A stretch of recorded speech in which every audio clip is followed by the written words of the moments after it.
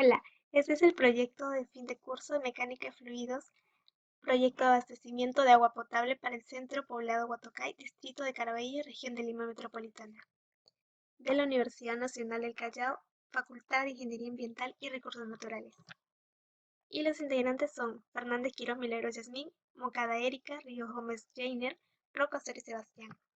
Conozcamos un poco más el centro poblado. La ubicación matemática 11 grados de latitud. 11 grados de latitud y 76 grados de longitud. Localización geográfica en el distrito de Caraballo y la región de Lima Metropolitana. Pertenece a la cuenca baja del río Chillón, donde su pendiente es menor a 2%. Su principal fuente de agua es el río Chillón, es decir, una fuente superficial, y el uso de suelos principalmente es agrícola y ganadero. La estación hidrológica más cercana es el puente Magdalena, y en la geología, en cuanto a geología, encontramos depósitos de gravas y arena, así como arcilla que lo cubre. La capacidad de carga es de 5 kilogramos por centímetro cuadrado. La resolución ministerial 192 del 2018 del Ministerio de Vivienda nos brinda opciones tecnológicas de abastecimiento de agua para el consumo humano. A través de eso, hallamos el sistema de bombeo que requerimos para este proyecto. Nos muestran un algoritmo de selección de sistemas de agua potable para el ámbito rural cuando la población es menor a 2.000 por 2.000 habitantes. Tenemos el tipo de fuente superficial, entonces realizamos este camino. El tipo de fuente superficial. La ubicación de la fuente favorable, ponemos que no porque es necesario realizar un sistema de bombeo para llevar el agua hacia la población. Vamos a la pregunta 5. ¿Existe disponibilidad de agua? Sí, porque tenemos el río. ¿La zona donde se ubican las viviendas es inundable? No, porque se encuentra a una cota superior con respecto al río, más o menos unos 500 metros. Solución de saneamiento es SA02. Y aquí tenemos los códigos de componentes del sistema de agua potable. Por ejemplo, ¿qué significa CAP-B? Captación por bomba, PTAP, planta de tratamiento de agua potable, y así en los códigos de componente que nos brinda esta resolución ministerial nos va a indicar cuáles son los componentes hidráulicos que vamos a necesitar para nuestro proyecto. Aquí también hay el algoritmo de selección de sistema de disposición sanitaria discretas para el ámbito rural. Utilizamos la misma metodología y determinamos que usaremos un biodigestor, por ejemplo.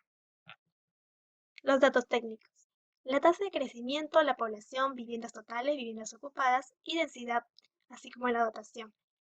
La tasa de crecimiento fue obtenida a través del censo del 2007 hacia el 2017 para el distrito de Caraballo.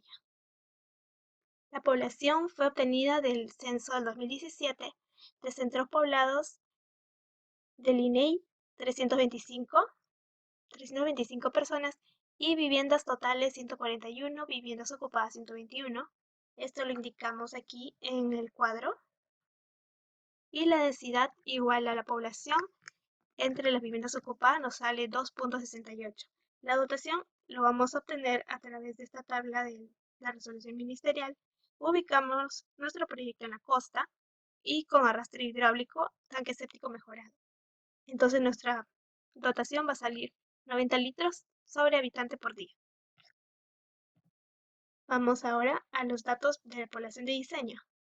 La población de diseño va a ser igual a la población inicial por este factor.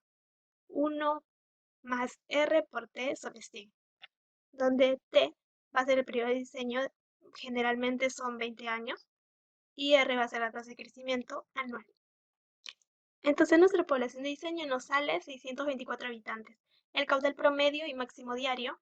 El caudal promedio QSUP lo hallamos a través de la dotación por el PSUD sobre 86.400. Y el caudal máximo diario como 1.3 por el QSUP. Vamos a tener el valor de QSUP de 0.65 litros por segundo y vamos a seguir realizando los siguientes cálculos. Caudal máximo horario. QSUP, la dotación por PSUD sobre 86.400. Eso ya lo tenemos. Ahora caudal máximo horario como 2 por QSUP. Caudal máximo horario 1.3 litros por segundo. Caudal doméstico igual a población inicial por la dotación sobre 86.400 nos sale 0.338 litros por segundo. Y ahora tenemos estos datos, el cálculo del caudal no doméstico. Solo tenemos un centro educativo dentro de nuestra población de estudio y vamos a determinar el número de alumnos totales, que son 42, según lo que se indica en los registros, y estudiantes consideramos que son 10 de primaria y 32 de secundaria. En el horario de funcionamiento del colegio normal de 6 horas, hallamos el caudal inicial y el caudal para secundaria. Lo sumamos y tenemos el caudal no doméstico, que nos sale 0.02893 litros por segundo. Este cuadro de dotación nos brinda también la resolución ministerial que hemos mencionado. Ahora, los caudales a usar, ¿cuáles son? Según la proyección hace 20 años, va a haber una pérdida del 40%, por lo que QSUP va a ser ahora 0.45 litros sobre segundo, QSUMD 0.645 litros por segundo, QSUMH 1.05 litros por segundo. Este caudal máximo diario va a ser con el cual se va a diseñar nuestro sistema hidráulico. Pero vamos a tener en cuenta este rango. Cuando el valor de QSUMD, el real, cuando el valor de QSUMD real, el caudal máximo, nos sale entre 0.5 y 1 litro por segundo, vamos a tener que diseñar nuestro sistema hidráulico con 1 litro por segundo. Y así vamos a tener 3 rangos que tenemos que considerar para hacer nuestro diseño. Vamos a tener un canal de derivación con barraje fijo y vamos a hallar las dimensiones de las rejas gruesas, el área efectiva de paso, el área necesaria para el ingreso de caudal de diseño, a su FD, que nos sale 0.018 metros cúbicos, el área efectiva de paso nos sale 0.035 metros cuadrados. Aquí el área AF_D es metros cuadrados. Y vamos a tener aquí cómo se vería el canal de derivación en una plantilla de AutoCAD. Tenemos aquí el nivel del agua, el fondo del agua. Esto es lo que sería una vista de planta de la pauta. Y tenemos aquí una vista de planta del sistema de captación por drenaje. Tenemos aquí que el flujo que entra y que no es usado va a ser retirado hacia el cauce del río y tenemos que especificar las medidas de cada uno cuando se realiza el informe técnico.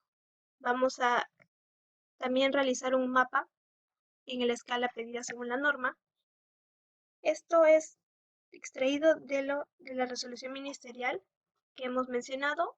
Para calcular el área total de las barras metálicas, usamos esta fórmula A sub S N por S por L, que nos sale 0.072 metros cuadrados, y el área total de las barras gruesas, A sub T igual a A sub S más A sub F, que nos sale 0.0755 metros cuadrados, y la pérdida de carga en la barra gruesa, H igual a K por velocidad al cuadrado entre 2 veces la gravedad.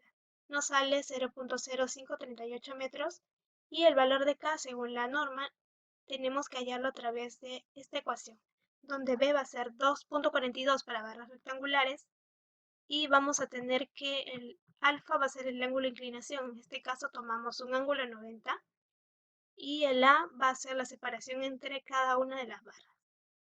Vamos a tener un K igual a 1.65, considerando un 50% de suciedad del flujo del río. Vamos a realizar la misma operación para las rejas finas y vamos a tener AF sub D igual a 0.018 y AF igual a 0.035 metros cuadrados, al igual que el número de barras que vamos a usar para las rejas finas va a ser igual a B menos A sobre S más A. Esto va a ser igual a 4 Y vamos a hallar también la longitud de cada barra, que sería 2 veces A sub F sobre N más 1 por A, que nos sale 0.01, pero vamos a asumir una longitud de 0.4 metros según la norma. Área total para las barras metálicas nos sale 0.048 metros cuadrados, el área total nos sale 0.0515 metros cuadrados, la pérdida de carga en la barra, aquí debe decir barra gruesa, aquí debe decir barra delgada, perdón. La pérdida de carga nos sale 0.0225 metros con un coeficiente de fricción de 0.9 y la dimensión ahora del canal de derivación. Vamos a considerar una velocidad de 0.6 y vamos a hallar así el área que nos sale 0.01 metros cuadrados. Considerando también un ancho de canal de derivación de 0.4 metros, vamos a encontrar la altura del nivel del líquido, 0.03 metros. Calculamos así también la sección del canal de derivación, que nos sale 0.01 metros cuadrados, que es igual a B por H. Cálculo de la pendiente del canal de derivación a través del radio hidráulico. Primero hallamos el radio hidráulico igual a A sobre 2H más B. Nos sale 0.03 metros y despejando de la ecuación del caudal vamos a encontrar la pendiente, que nos sale 0.2207 metros sobre metro. Es un factor independiente sin dimensiones. Consideramos aquí que n es la rugosidad y eso tiene el valor de 0.015 para el concreto. La captación barraje con canal de derivación. Tenemos, según la normativa, unas longitudes ya establecidas. La altura de la caja para cámara húmeda nos sale 1 metro, nos indica que es 1 metro. H sub S, que es la altura del suelo, nos indica 0.9 metros. El ancho de pantalla 5 metros, el espesor del muro 0.15 metros. Lo único que va a variar sería el peso específico del suelo, el coeficiente de fricción, el peso específico del concreto y es una constante. La capacidad de carga del suelo va a variar según la zona donde se realice el proyecto. Y vamos a poder utilizar las hojas de cálculo que nos brinda el Ministerio de Vivienda para facilitar estas operaciones. Vamos a considerar también los momentos, momento de vuelco, momento de estabilización, chequeo por volteo, chequeo por deslizamiento, chequeo por la máxima carga unitaria. Esto para verificar la estabilidad de nuestra estructura. Continuando con la explicación, estación de bombeo. Son un conjunto de estructuras civiles, equipos electromecánicos, tuberías y accesorios que toman el agua directa o indirectamente de la fuente de abastecimiento y la impulsan a un reservorio de almacenamiento. Las estaciones de bombeo pueden ser fijas o flotantes. Para nuestro proyecto serán fijas, ya que se localiza en un punto estable y no es cambiada de posición durante su periodo de vida útil. Según lo que vemos en el cuadro, la estación de bombeo tiene un periodo de diseño de 20 años y el equipo de bombeo de 10 años, según la fuente de resolución ministerial 192/2018. ¿Qué tipo de bombeo vamos a usar? Para la selección de la bomba se ha tenido en cuenta los niveles máximos de agua y parada de bombas. Para el caso de la zona rural, lo más recomendable es el uso de bombas de eje horizontal en construcción positiva por su facilidad de operación y mantenimiento, además de su bajo costo de operación y un mantenimiento, por así decirlo, sencillo. Aspecto general. Se va a usar una tubería de PVC clase 10 o clase 15 según las normas ISO 4422. Para la primera tubería se está asumiendo 50 metros, mientras que para la segunda tubería 150 metros. En este caso, aquí sería la menor y el mayor hasta el reservorio. La diferencia de cotas será de 121 metros, como vemos desde el río hasta el reservorio.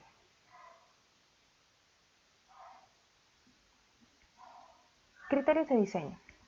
Los componentes principales deben de ser diseñados con la sumergencia mínima la potencia del equipo de bombeo y el volumen de la cámara de bombeo. Solamente ahora vamos a emplear el equipo de bombeo y el volumen de cámara de bombeo. Para el diseño de estaciones de bombeo deben de determinarse dos caudales. El caudal de ingreso, que es el caudal medio diario, que ya se ha calculado previamente, que es de 0.645 litros por segundo, y el caudal de bombeo, que posteriormente lo vamos a calcular. Ahora primero, el volumen de almacenamiento por el bombeo. Es la multiplicación del caudal medio diario y el tiempo no usado. Para el tiempo no usado, según la resolución ministerial, nos dice que resulta conveniente que el periodo de bombeo a usar sean 8 horas diarias.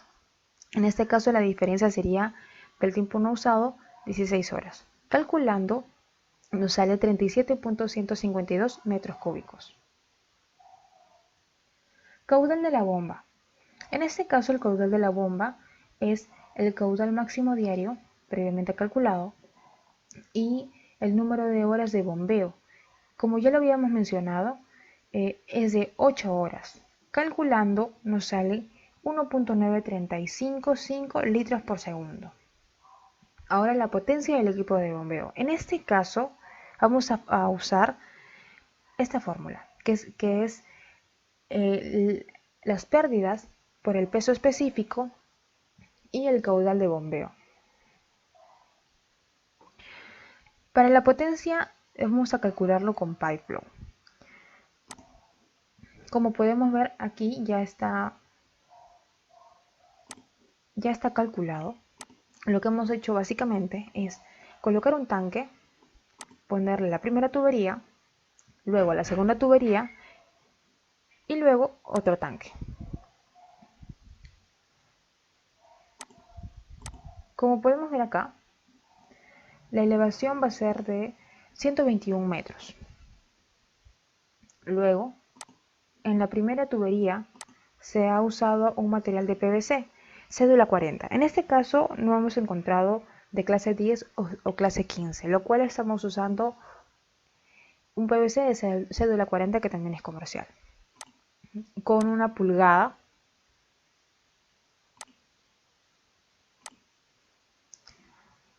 Y la distancia sería de 50 metros, como ya lo habíamos mencionado. Para la segunda tubería, el material va a ser el mismo. La distancia va a ser de 200 metros. Ahora para los accesorios. Como vemos aquí, nosotros hemos usado una bomba, la cual le hemos agregado el caudal de la bomba, que ya lo hemos calculado previamente, que en este caso sería de 1.9355. Está en litros por segundo. Nosotros lo hemos transformado y lo hemos llevado y nos ha salido 0.019 metros cúbicos por segundo. Adicionalmente le hemos agregado 20 metros de la distancia de la tubería, ¿no? También le hemos agregado accesorios. Como podemos ver acá, el accesorio que le hemos agregado es un accesorio en este caso de 1 pulgada. En este caso sería una pérdida de entrada y otro sería un codo estándar.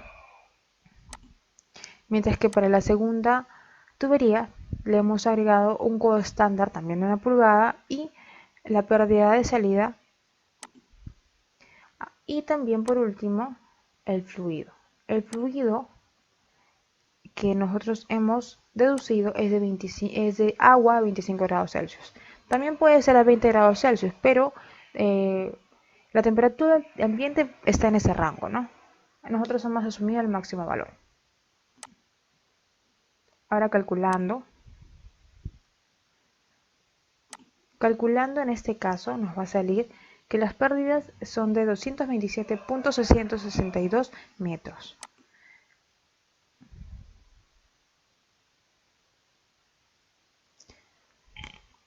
Reemplazando la fórmula de la potencia, aquí está lo que hemos reemplazado, aquí está desdoblado la gravedad y la densidad, y esto viene a ser el caudal de la bomba. Calculando acá nos va a salir 4.317.8 Nm por segundo. Transformándolo a HP nos va a salir 5.86 HP. Ahora la línea de conducción. La línea de conducción se refiere a aquella que va desde la captación hasta el reservorio. Y vemos aquí que tenemos a las tuberías ceñidas a lo que es el terreno. Vamos a considerar una línea que pasa horizontalmente por el nivel de agua de la captación y esta va a ser la línea de presión estática. Con respecto a la línea de gradiente hidráulica, su diferencia de alturas va a determinar la pérdida de energía. La línea de presión estática va a determinar esta pérdida de energía expresado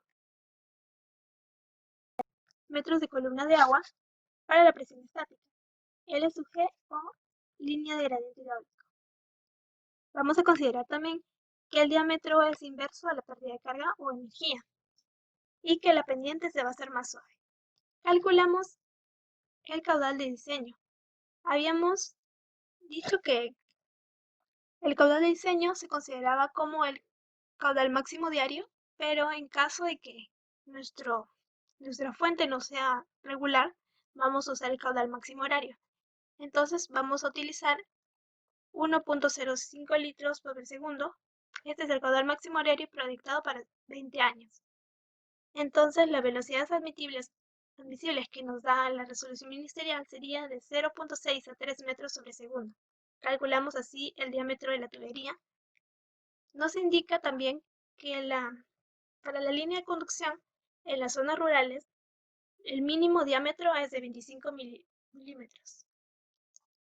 Entonces, con este caudal máximo horario que tenemos, expresado en metros cúbicos 0.015 y con las velocidades límite que nos da, o el rango de velocidades, podemos encontrar el rango también del diámetro interior. Vamos a ver que nuestro diámetro interior nos va a salir entre 21 y 47, es decir, va a ser menor que 50 milímetros, por lo que vamos a utilizar la siguiente fórmula para calcular las pérdidas de carga unitaria. Pero veamos de qué depende este cálculo del diámetro de las tuberías. Primero, de la línea de gradiente hidráulico, de la pérdida de carga unitaria y de las pérdidas de carga localizadas, que se refieren sobre todo a piezas especiales y a válvulas. La línea de conducción van a tener cambios de dirección, donde se van a añadir codos o algunos otros accesorios, como por ejemplo algunas otras estructuras. Aquí tenemos una cámara de rompepresión y aquí tenemos también el mapa, perdón, el plano en AutoCAD de la línea de conducción, donde se muestra el perfil topográfico junto con la línea de conducción y algunos datos como lo son pendiente o nivel, nivel de referencia, cotas, diámetro, el tipo del suelo, la instalación. Ahora vamos a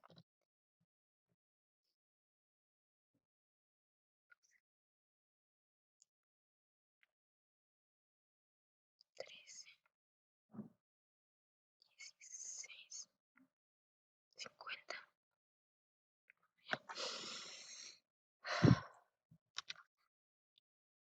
Uy, se fue.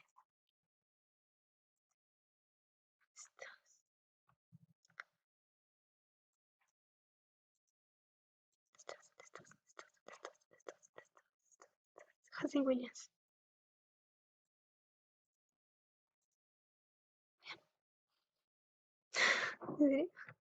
17.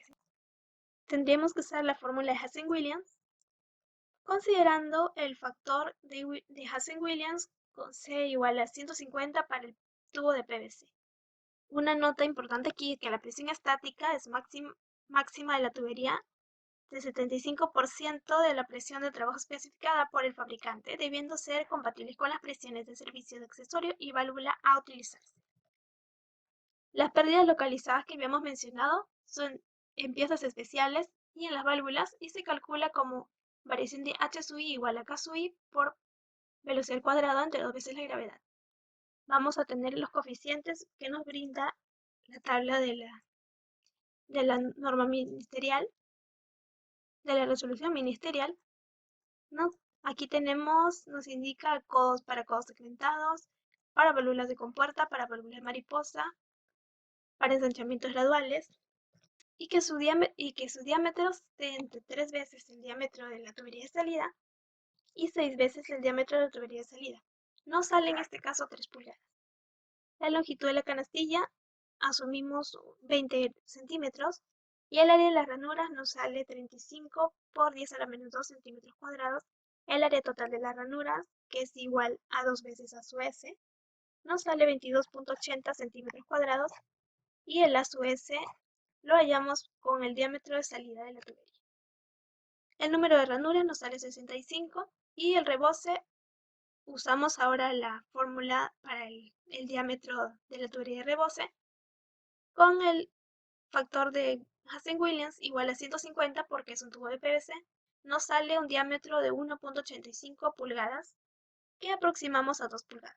Vamos a usar aquí el caudal máximo diario y aquí tenemos los rangos que nos indica la resolución ministerial. Menores a 5, diámetro mínimo de 1 pulgada, de 5 a 1 litro por segundo, diámetro mínimo de 1 pulgada y de 1 a 1.5 litros por segundo, 1.5 pulgadas como mínimo para el diámetro. Vamos a utilizar válvulas de aire, que son dispositivos hidromecánicos que regulan la entrada y salida de aire en las conducciones. Tenemos las ventosas trifuncionales que realizan automáticamente las 3 funciones señaladas, que se refiere aquí. Esto es cuando se descarga o se llena la tubería.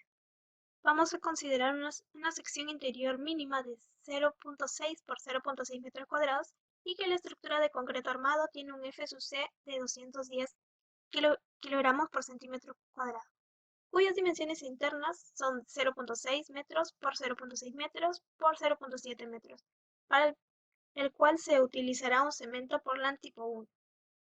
Aquí tenemos la estructura en perfil de lo que sería la válvula de aire para alto tránsito. Aquí tenemos a la válvula de aire que regula la entrada y salida del aire. Tenemos la línea de ingreso y la línea de descarga. Y tenemos la estructura, nos dan dimensiones establecidas. Y aquí tenemos características de la estructura. Por ejemplo, el ancho de la caja, que es establecido 0.8 metros. Tenemos la longitud de la caja, que es también 0.8 metros, la profundidad de cimentación, que es 0.7, H sub E, la resistencia al concreto, que es 200 kilogramos por centímetro cuadrado, y el esfuerzo de fluencia del acero, que es 4.200 kilogramos sobre centímetro cuadrado. El diseño estructural de los muros de la cámara, así como de la losa de fondo, lo vamos a hacer a través de los datos del Ministerio de Vivienda en las plantillas que nos brindan. Por ejemplo, tenemos el máximo momento absoluto que nos salió 5.145 kilogramos metros. Aquí la resolución ministerial 192 de 2018, Ministerio de Vivienda, indica estos valores establecidos para el diseño estructural de los muros, la losa de fondo, la cámara de válvula de aire. ¿Qué es lo que pasaría si no tuviéramos una válvula de aire? El flujo ingresaría hasta cierto punto y esta bolsa de aire o acúmulos de partículas de aire va a originar que este flujo recircule. Entonces va a generar como una especie de vórtice que va a impedir el libre tránsito de este flujo de agua, con lo que puede originar un rompimiento de las tuberías. Aquí tenemos el plano en AutoCAD en planta para la válvula de aire y en perfil. La válvula de purga. Vamos a ubicarla para limpieza de sedimentos en las zonas bajas. Las válvulas de purga o de descarga se colocan en estos puntos bajos de las líneas para eliminar el agua cuando se hace la desinfección de la red de distribución y para permitir la evacuación del agua siempre que sea necesario. Esto ocurre generalmente cuando está lleno la línea para asegurar la salida del aire, cuando se va a vaciar la línea para ser reparada o por otras razones de naturaleza operacional, tales como limpieza de línea mediante purgado de sedimentos. Y aquí es como se ve en una plantilla de AutoCAD del Ministerio de Vivienda.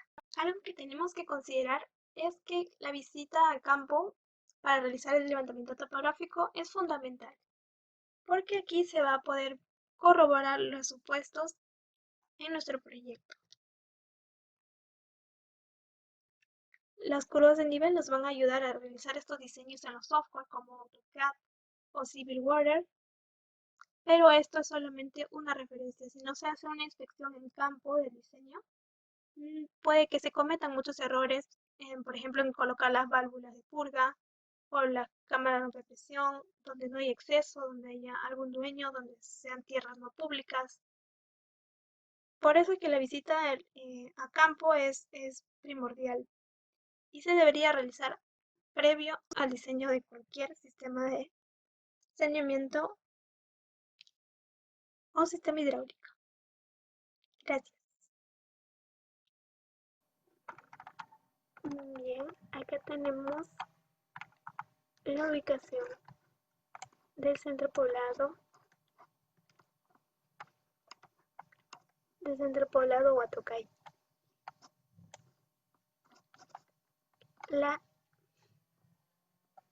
Aquí se ubicaría una válvula de aire, pero no solo se ubica en las zonas de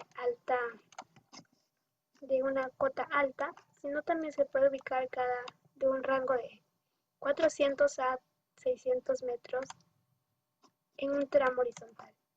Por ejemplo, aquí también tendríamos una válvula de aire para eliminar esos problemas que podrían ocasionar también un rompimiento de la tubería. Aquí sería la estación de bombeo que va a realizar el impulso para que el flujo pueda llegar hasta el reservorio, y una válvula de purga para limpiar los sedimentos. El reservorio que conectaría luego a una planta de tratamiento. Bueno, gracias. Continúa mi compañero. Hola, mi nombre es Heiner y voy a hablar acerca de la planta de tratamiento de agua. Bueno, si yo quiero llevar agua potable a una cierta población, en el caso de nosotros es al centro poblado Huatocay, este es el río Chillón, y necesitamos llevar agua potable. Primero vamos a necesitar de una captación, ¿cierto? Imaginemos que lo ponemos en esta parte, solo es una simulación. Luego de esa captación que vamos a necesitar una planta de tratamiento. Imaginemos que nuestro planta de tratamiento sea en esta parte, ¿no? Y luego de este planta de tratamiento vamos a llevar el agua potable, ¿no? A distribuir a la población, pero para eso vamos a necesitar de un tanque donde se pueda almacenar, digamos, el agua ya potabilizada para distribuir a la población. Suponiendo que hay que poner en esta parte para que luego se pueda distribuir a la parte baja, ¿no? Se pone a la parte alta ya que tiene que tener una línea de gradiente, ¿no?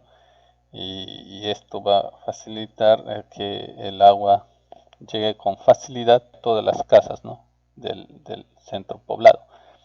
Esto va a estar conectado por un sistema de tuberías, ¿no? Desde la captación hasta la distribución de la población. Bueno, vamos ahora a enfocarnos en lo que es en la planta de tratamiento. Para la construcción de una planta de tratamiento, las unidades de tratamiento deben estar seleccionadas de acuerdo a las características del cuerpo de agua de donde se va a captar el agua cruda, ¿no? Debe diseñar de acuerdo a la siguiente tabla, ¿no? Por ejemplo, para una turbiedad máxima de 10 unidades, solo se aplica un filtro lento, ¿no? Pero en nuestro caso se va a aplicar, debido a que la turbiedad del río Chillón es alta, nuestros diseños que va a presentar la planta de tratamiento van a estar de acuerdo a esto, ¿no? Por lo que se va a considerar un filtro lento también un prefiltro de grava, un sedimentador y un presedimentador, ¿no? Bueno, las unidades de tratamiento que presenta una planta va a estar dada por un desarenador, va a estar dada también por un sedimentador donde se va a dar la decaptación y la floculación, ¿no?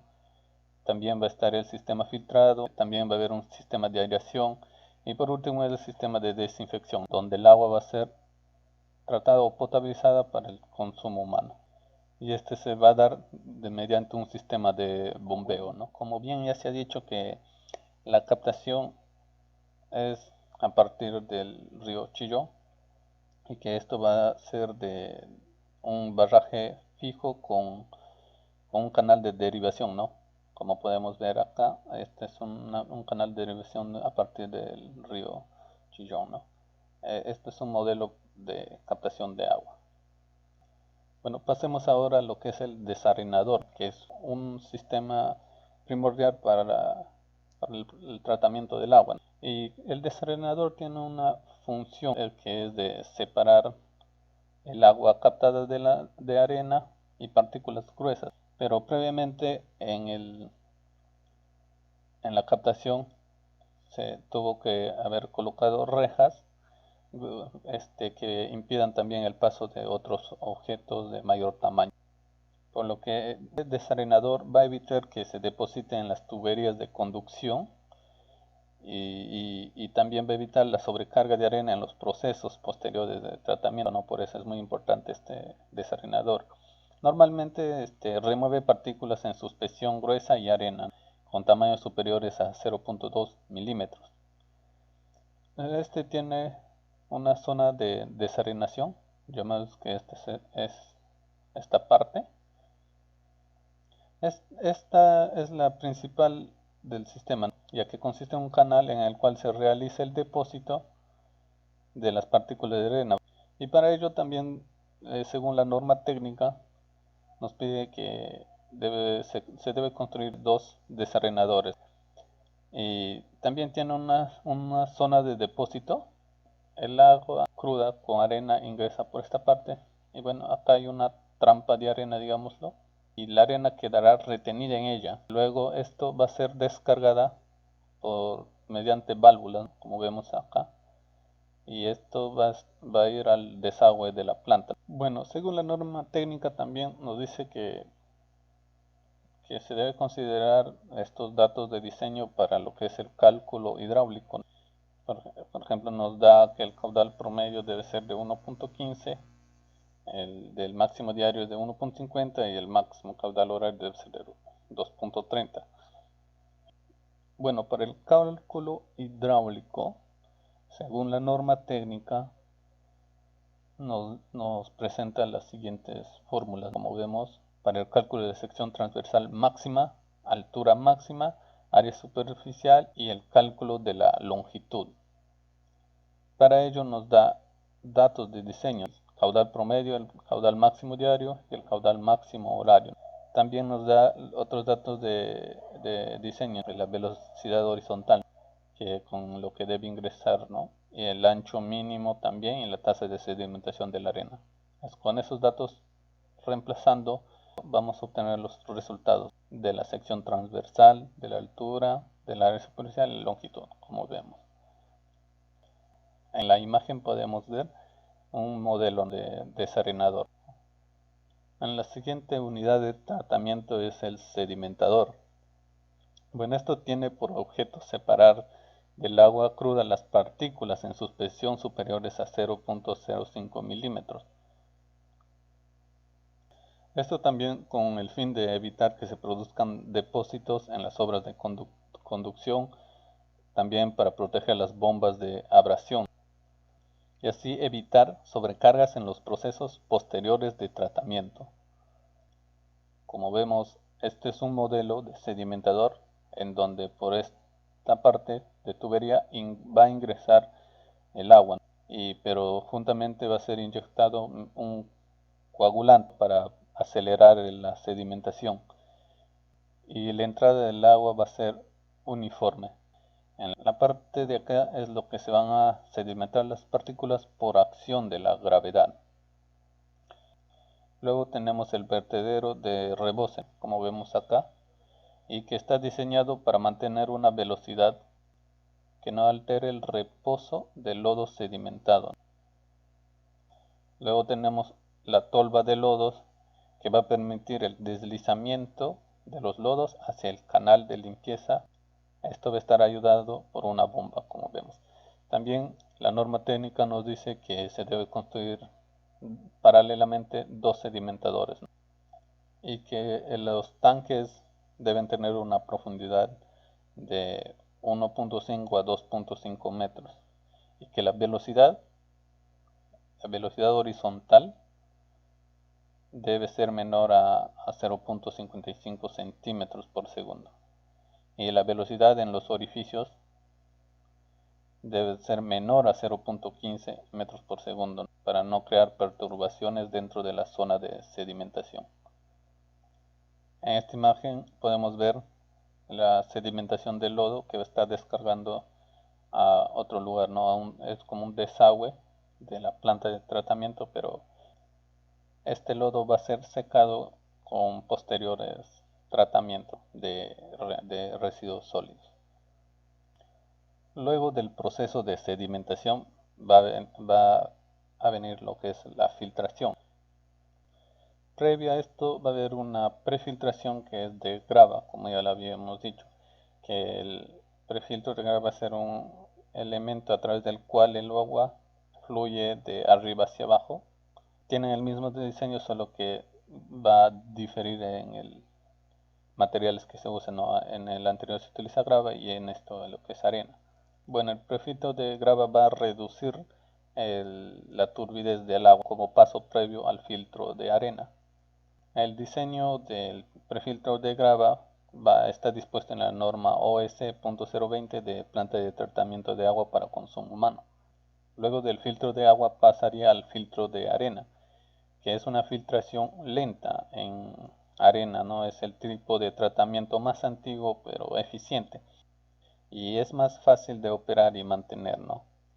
Este filtro lento de arena simula el proceso de purificación del agua que se da en la naturaleza al atravesar el agua de lluvia, las capas de la corteza terrestre hasta encontrar acuíferos o ríos subterráneos, ¿no? La misma simulación se va a hacer en lo que es en el filtro de arena. Luego de esta filtración, el agua va a tener menor turbidez y va a ser más transparente, pero puede presentar ciertos olores. Para ello se va a realizar en el sistema de aireación. Normalmente en la aireación se aplica para la remoción de hierro y manganeso. Además tiene el propósito de transferir oxígeno al agua para aumentar el OD. También tiene otro propósito como disminuir concentraciones de CO2, como también del sulfuro de hidrógeno, así como también remover gases como metano, cloro y amoníaco, ¿no? También para oxidar el hierro y manganeso, como se dijo, y también para remover algunos compuestos orgánicos volátiles que son productoras de olores y sabores. Los criterios de diseño que se deben tener en cuenta es que el rango óptimo para la remoción de hierro es un pH de 6.5 a 7.2 y del manganeso entre 7.5 y 8.5. Se debe disponer de 3 o 4 bandejas superpuestas, como vemos en las imágenes. El flujo de agua es en forma de caída, tipo goteo rápido o semilaminar, como vemos, donde el caudal es distribuido. Según la norma nos dice que esto puede ser construido por concreto o losa delgada. Bueno, también la norma técnica en nuestro sistema de tratamiento, en nuestra planta de tratamiento, debe estar rodeada por un cerco perimétrico. Nos pone como ejemplo este cerco, ya que va a cumplir la función de satisfacer la carencia de condiciones de seguridad con la finalidad así de evitar el deterioro de la estructura que compone la planta de tratamiento de agua potable. Para el reservorio debe de ubicarse lo más próximo a la población. Los criterios de diseño. Debe de disponer una tubería de entrada, una de salida y otra de rebose y otra también una tubería limpia. La tubería de entrada debe disponer de un mecanismo de regulación de llenado. Generalmente para este caso va a ser una válvula de flotador. La tubería de salida debe disponer de una canastilla del cual debe de estar de 10 centímetros por encima de la base para evitar la entrada de sedimentos. Los materiales de construcción deben de ser productos en contacto con el agua para el consumo humano y deben de contar con certificación NSF 61. Volumen del reservorio. En este caso, el volumen del reservorio ya ha sido previamente calculado, que sería 37.52 metros cúbicos. Bueno, en este caso el volumen del almacenamiento, ¿no? Y pues como podemos ver en la tabla, es el quinto reservorio que es mayor a 20 metros cúbicos hasta menor o igual a 40 metros cúbicos, lo que se utiliza 40 metros cúbicos. También con la fuente de la resolución ministerial 192. Pues como podemos ver en la imagen, eso es un ejemplo de un reservorio elevado de 15 metros cúbicos. Ahora, sistema de desinfección. El sistema de desinfección permite asegurar que la calidad del agua se mantenga protegida durante su traslado por las tuberías hasta ser entregado a las familias a través de las conexiones domiciliarias.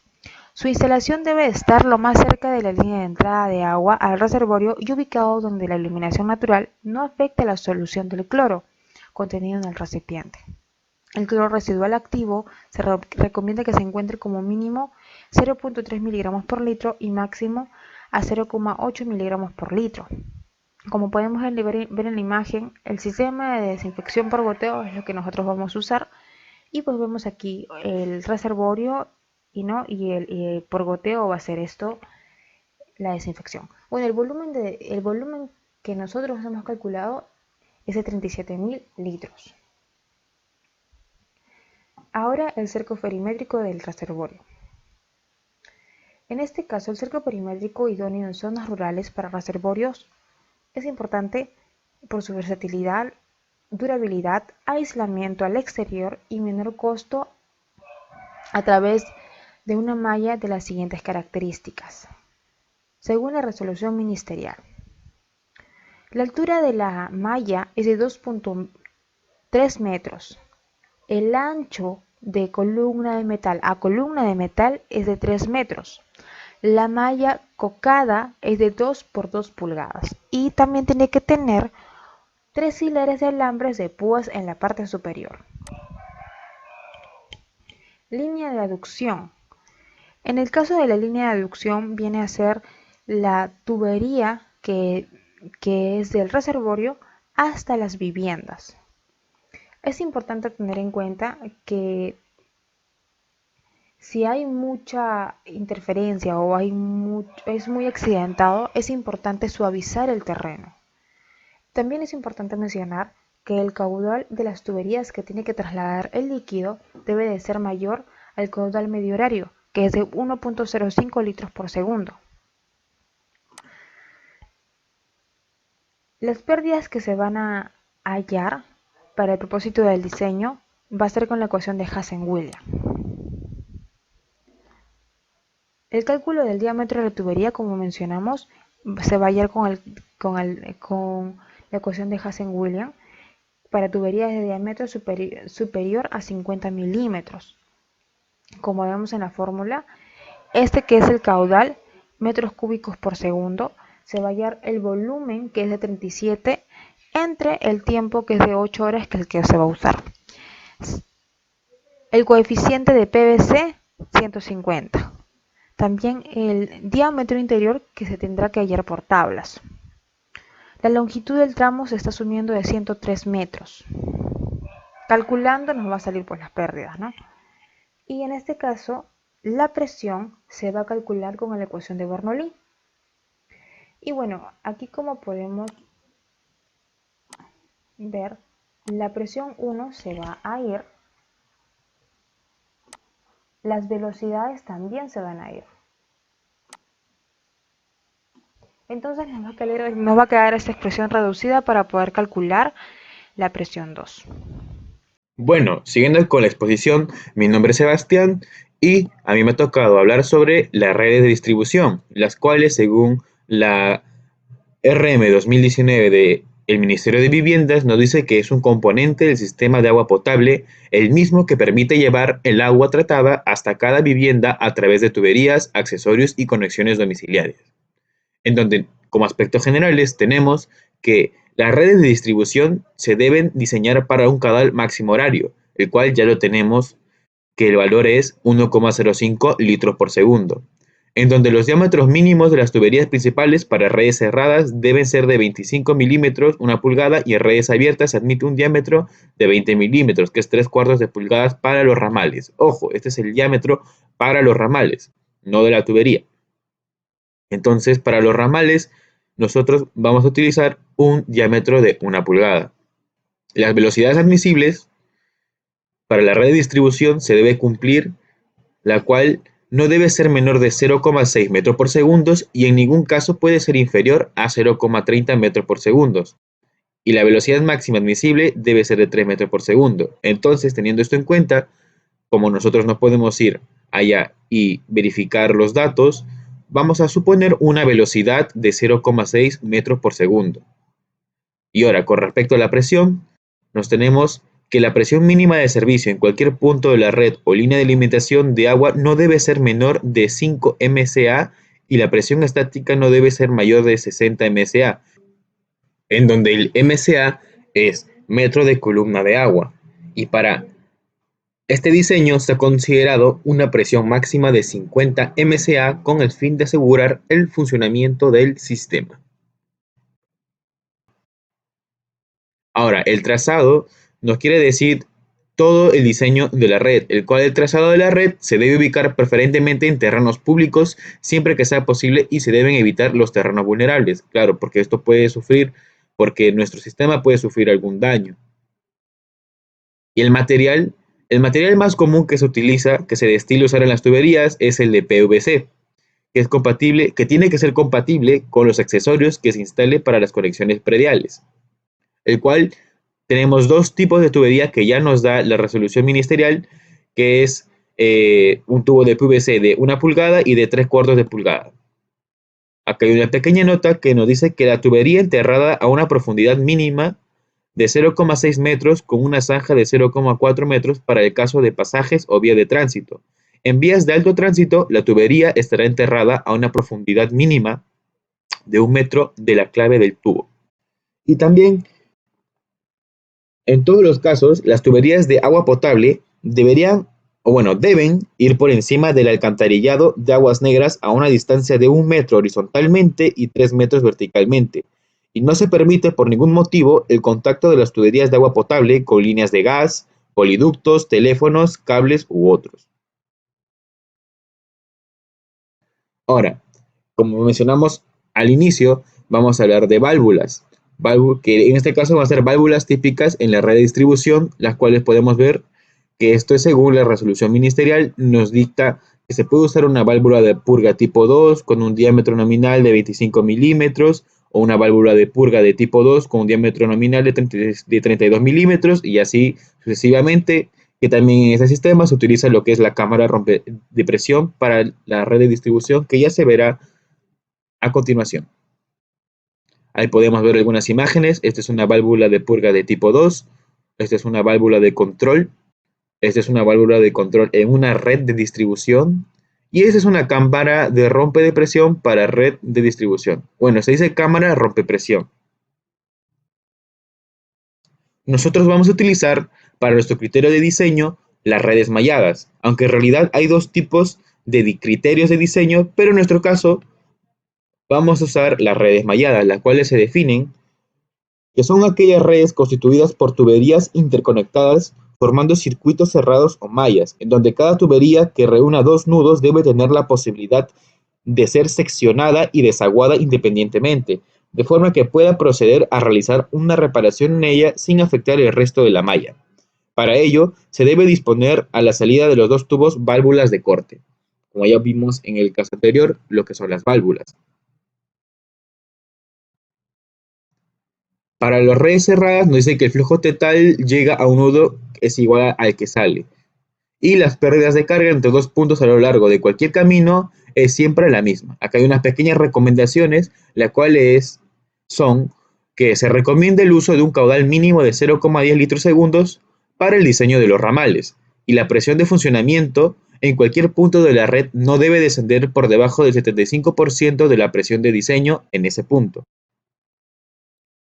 Y ahora pasamos a lo que es la cámara rompepresión para redes de distribución, en donde las cámaras de rompepresión, o abreviados CRP, para redes son proyectadas de acuerdo a las condiciones topográficas del terreno, a fin de reducir las presiones en las tuberías para que no superen los 50 MCA.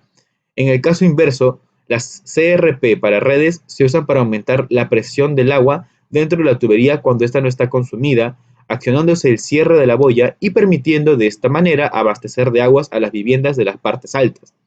Deben estar ubicados en lugares estratégicos dentro de la línea de distribución para que le permita cumplir con su objetivo. O sea, no se pone por poner, eso tiene que tener su estudio. La CRP para redes cuenta con una tubería de entrada y una tubería de salida de diámetros variables de acuerdo a los planos de redes proyectadas. Unas recomendaciones con respecto a esto son de que la tubería de entrada a la cámara estará por encima del nivel del agua y debe preverse de un flotador o regulador nivel de aguas para el cierre automático en vez que se encuentre llena la cámara y para periodos de ausencia de flujo. Y en caso de que exista un fuerte desnivel, esto es lo importante, de que se va a poner cada 50 metros de desnivel se va a poner una cámara rompepresión. ¿Para qué? Porque esto puede generar que hay una mayor presión en las tuberías y las tuberías a veces solo soportan una cierta presión. Entonces, al haber una mayor presión, esta tubería puede explotar o puede sufrir algún tipo de daño. Entonces, la tubería de salida dispondrá de una canastilla de salida que impida la entrada de objetos en la tubería. Y la cámara dispondrá de un aliviadero o rebose y el cierre de la cámara será estanco y removible para facilitar las operaciones de mantenimiento. Y ya, como vemos, nuestro caudal máximo horario resultó de 1.05 litros por segundo y nuestro diámetro mínimo para la tubería de salida, el diámetro será de 1,5 pulgadas. Y ahora también, esto es para lo que es la cámara de rompe de presión, el cálculo de la altura a la cual se va a hallar. La altura de la cámara se calculará mediante la suma de tres conceptos, la cual es la altura mínima de salida, el cual, según la resolución ministerial, nos dice que es un mínimo de 10 centímetros, un resguardo a borde libre mínimo de 40 centímetros y una carga de agua requerida calculada aplicando la ecuación de Bernoulli para que el caudal de salida pueda fluir. Entonces tenemos la ecuación aquí, el cálculo de la altura de la cámara de rompepresión, en donde HT es igual a A más H más BL, en donde H viene a ser la altura, G es la aceleración de la gravedad, A es la altura hasta la canastilla, que se recomienda mínimo de 10, que nosotros estamos tomando como 10, borde libre se recomienda 40 centímetros y un caudal máximo horario de litros por segundo. Nuestro caudal máximo horario es de 1,05 litros por segundo y según nuestra tabla de Excel, ingresando nuestros datos, nos podemos dar cuenta que el H sale una cantidad de 7, que el H es la carga necesaria para que el gasto de salida de la CRP pueda fluir por la tubería a una altura mínima de agua para facilitar el paso de todo el caudal a la red de distribución. Esto es un cálculo en Excel, ya vimos anteriormente cómo se hace el cálculo manual, solamente es cuestión de reemplazar los datos y operar. En nuestro caso nos sale una altura de diseño de 0,90 metros. Y ahora, el dimensionamiento de la sección de la base de la cámara rompepresión. Para el dimensionamiento de la base de la cámara rompepresión se toman el siguiente estas consideraciones. El tiempo de descarga por el orificio, en donde el orificio es el diámetro calculado de la red de distribución que descarga una altura de agua desde el nivel de la tubería de rebose hasta el nivel de la altura del orificio. Y el volumen de almacenamiento máximo de la cámara de rompepresión es calculado multiplicando el valor del área por la base por la altura total de agua, expresados en metros cúbicos. Y como ya vimos, vamos a calcular primero el tiempo de descarga de la altura de agua H, en donde se tiene que T es igual a 2AB por H a la 0,5 entre el CD por A0 por raíz de 2G, en donde el H es la altura de agua para facilitar el paso de todo el caudal a la línea de conducción. El CD es el coeficiente de distribución o de descarga de orificios circulares. El A0 es el área del orificio de la salida, área de la tubería de la línea de conducción, el G es la aceleración de la gravedad, el AB es el área de la sección interna de la base, en donde se calcula como A por B, que es el lado de la sección interna de la base, y el lado de la sección interna de la base también en metros. El cálculo de la altura total almacenado en CRP hasta la tubería de rebose, el HT. La altura de la canastilla es la altura de la canastilla más la altura de agua para facilitar el paso de todo el caudal a la línea de conducción. Bueno, según nuestros cálculos en Excel, el A es de 10 centímetros, el H es 7 centímetros, el HT es 17 centímetros y nos da un diámetro, bueno, el diámetro es de 1,5 pulgadas, como ya vimos para nuestro caso. El A0 es 0,0011 metros al cuadrado. Y el CD es adimensional, que es un coeficiente de distribución de descarga, que eso ya está dado, que es 0,8, que eso es dato. 9,81. El lado de sección, que es 0,8 y 0,8, que esto es asumido. Estamos asumiendo un valor de 0,8 metros. Entonces los resultados nos dan que el área de la sección interna de la base es 0,64 metros al cuadrado y en donde el tiempo de descarga nos da 1,40 minutos y un volumen máximo de 0,11, donde el volumen máximo es el volumen de almacenamiento máximo dada por la HT y el volumen máximo se da el AB por el HT. Y luego para el cálculo del volumen, ahí ya lo tenemos, es el volumen máximo igual a AB por H o también L por A por H. Ahora, nos toca hacer el dimensionamiento de la canastilla, en donde el dimensionamiento de la canastilla se debe considerar que el diámetro de la canastilla es 2 veces el diámetro de la tubería de salida a la red de distribución, en donde la longitud de diseño tiene que estar entre 3 veces el diámetro de tubería de la salida de la red de distribución y 6 veces el diámetro de la tubería de la salida a la red de distribución, donde también el área total de las ranuras es 2 veces el área de la tubería de la salida a la línea de distribución en metros cuadrados.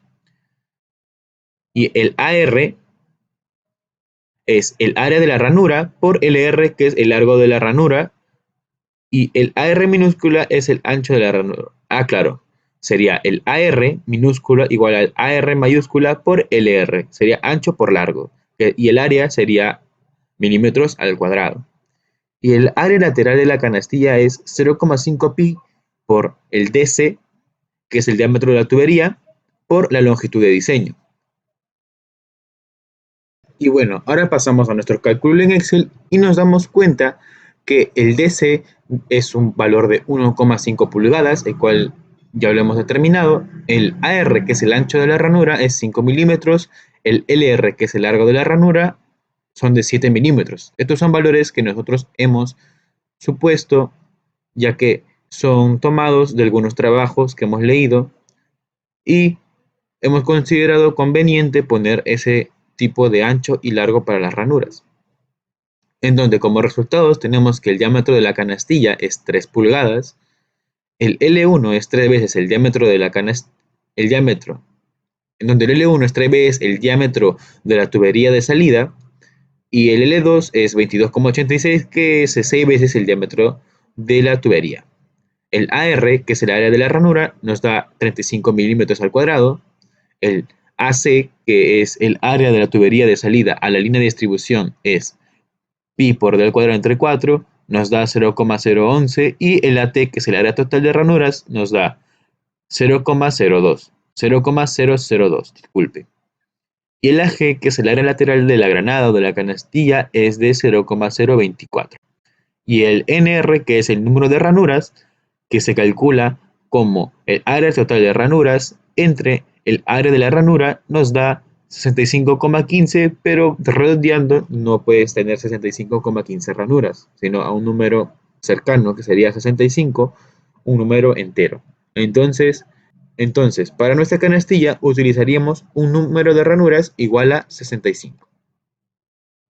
Ahora, los cálculos del diámetro de tubería del cono de rebose y de limpieza, en donde el rebose se instala directamente a la tubería de limpia y para realizar la limpieza y evacuar el agua de la cámara húmeda se levanta la tubería de rebose.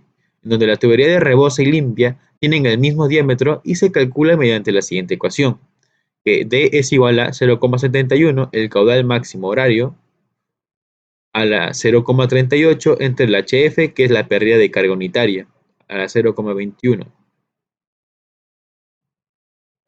Ahora tenemos nuestro cálculo en Excel, en donde el cálculo del diámetro de la tubería de cono de rebose tenemos como datos el QMH, que es el caudal máximo horario, que es 1,05 litros por segundo, y el HF, que son las pérdidas de 0,015. Tenemos como resultados que es 1,75 pulgadas, pero redondeando sería de 2 pulgadas nuestro tubo. Luego el cono de rebose será de 2 por 4 pulgadas, claro.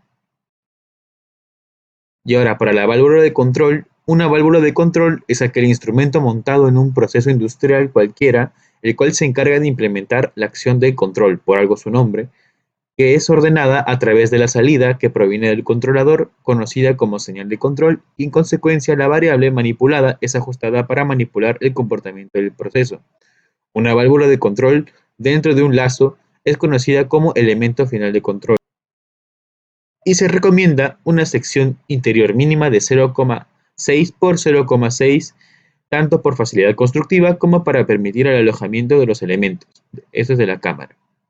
En la válvula de control es un elemento conocido por los especialistas como el regulador y el controlador, siendo el órgano de control final en los diversos procesos industriales. Bueno, la válvula de control también tiene otro nombre como válvula de interrupción, el cual lo más usual es la válvula de globo, en donde las válvulas tipo globo permiten la regulación del flujo de agua, además del cierre hermético cuando cuentan con un asiento flexible, y son las normalmente empleadas en las conexiones domiciliarias, es por eso que la vamos a utilizar, y este tipo de válvulas tienen la ventaja de regulación, pero la desventaja de pérdidas de carga para tener en cuenta en los cálculos hidráulicos, en donde para la red vamos a usar una válvula de giro lento, y también en las viviendas se utilizan las válvulas de un cuarto de giro. O sea, podemos utilizar bien estas o bien estas las de acá.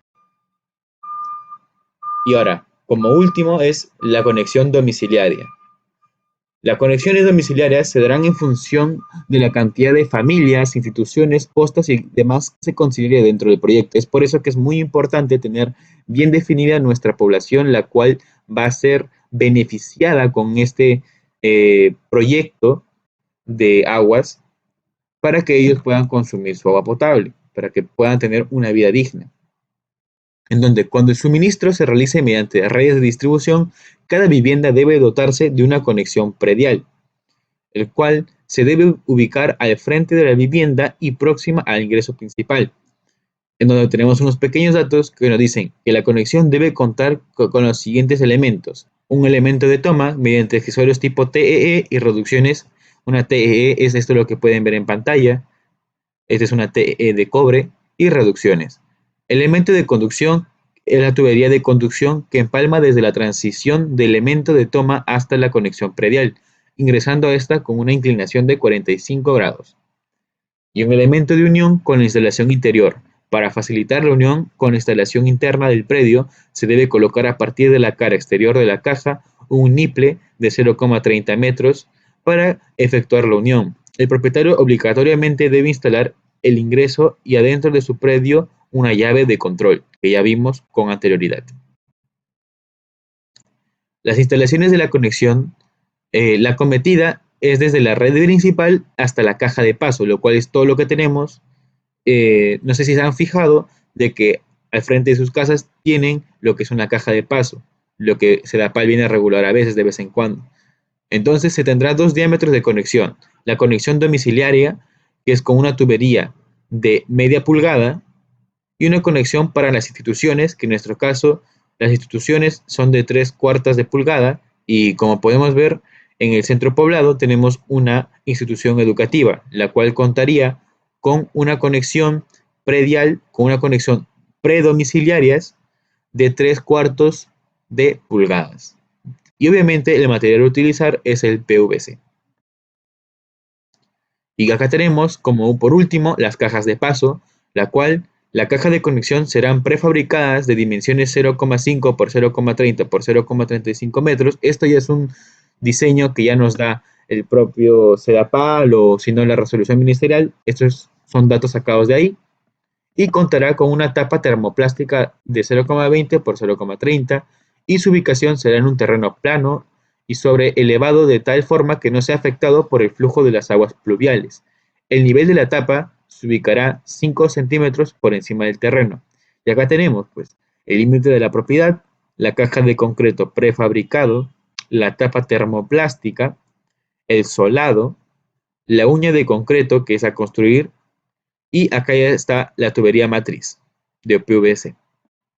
Y bueno, como hemos podido ver a lo largo de todo este proyecto, hemos visto que casi la mayoría de datos nos lo he brindado o nos lo ha dado la resolución ministerial 192 del 2018 del Ministerio de Viviendas, en donde obviamente han sacado toda esa guía para que ya no se presenten diferentes tipos de diseños, sino de que ellos ya nos dan los datos, los valores, y solamente sería cuestión de ir a campo y revisar, hacer las mediciones respectivas para poder llevar a cabo nuestro proyecto de diseño.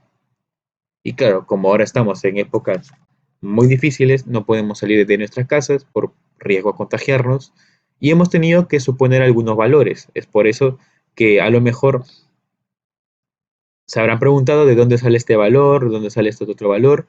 Entonces es porque nosotros hemos supuesto. Pero de ahí, todos los demás datos son datos que nos brinda la propia resolución ministerial del Ministerio de Viviendas. Y bueno, espero que les haya gustado este proyecto, espero que lo hayan entendido y nos vemos en una próxima oportunidad. Gracias.